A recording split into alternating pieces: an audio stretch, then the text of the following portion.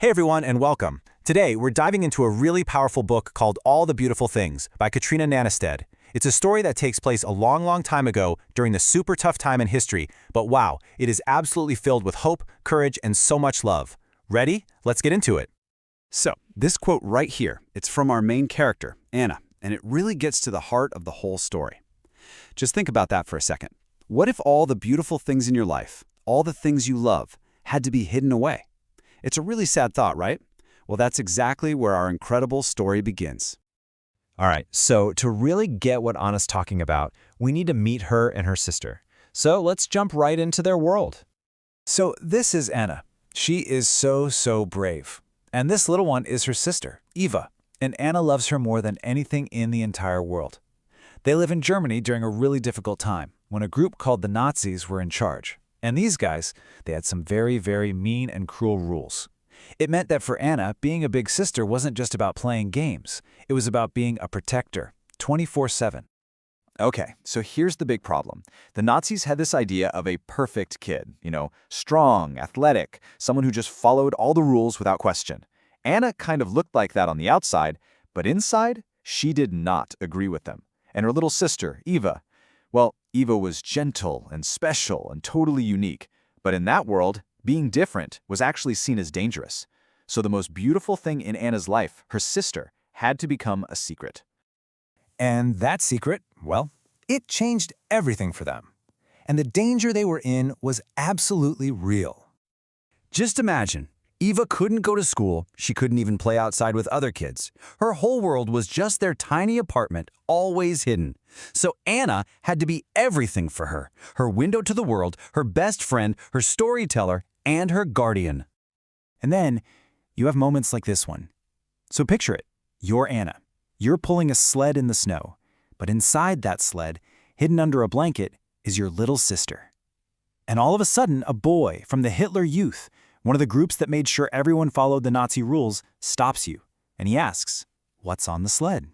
Whoa, your heart would just stop, wouldn't it?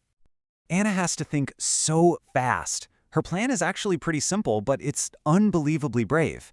Okay, so Eva's hidden in a big laundry sack. Anna put a blanket over it. And now she has to look this boy right in the eye and lie. Just say, oh, it's just laundry. The amount of courage that takes in one single moment, it's just incredible. It really shows you the kind of fear they were dealing with every single day. But you know what? This story isn't only about being scared. It's also about how you can find little bits of light and happiness, even when things feel really dark. Just look at some of the ways they made their own sunshine. They had a doll named Dolly, and they'd make these amazing dresses for her out of little treasures they'd find, like a train ticket, a scrap of foil, or a pretty feather. So cool. Or they'd figure out how to make toast over the engine of a special car that ran on wood. It's these little sparks of joy that made all the difference. And here's something super important. They weren't alone in this.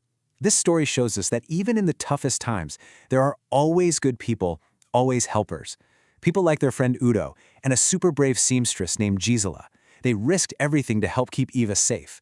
All those little secret acts of kindness, it was like they were building a shield of goodness around the family. So, after this incredible journey, what's the big takeaway from Anna and Eva's amazing story? What can we learn from them? Okay, here are the big four. First, kindness. Even the smallest good deed can be like turning on a light in a dark room. Second, bravery. It doesn't mean you're not scared. It means you do the right thing even when you're scared. Third, hope. You can actually create your own hope just by finding beautiful things. And last, but definitely not least, family. The love you have for your family, it's like a superpower. It can give you the strength to face just about anything. Okay, are you feeling inspired by Anna and Eva? I know I am. Well, we've got some really fun ways for you to take all that amazing energy and try it out for yourself. First up, let's try a few fun activities to help you spot all the beautiful things around you. How about this? Grab a toy and make it a treasure dress using stuff you find around the house. Paper, foil, fabric, whatever. Or you could do what Eva did and start a picture diary.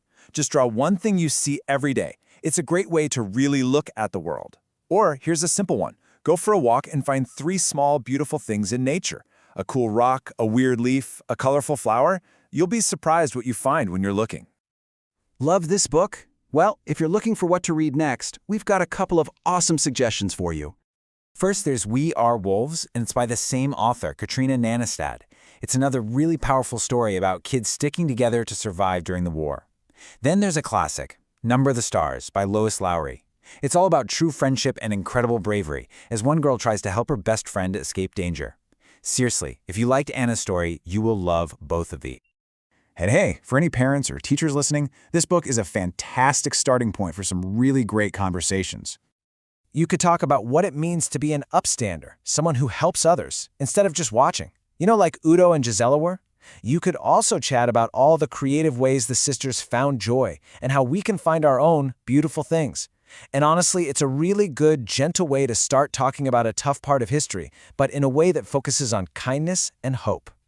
And that's our look at all the beautiful things. What an incredible book, right?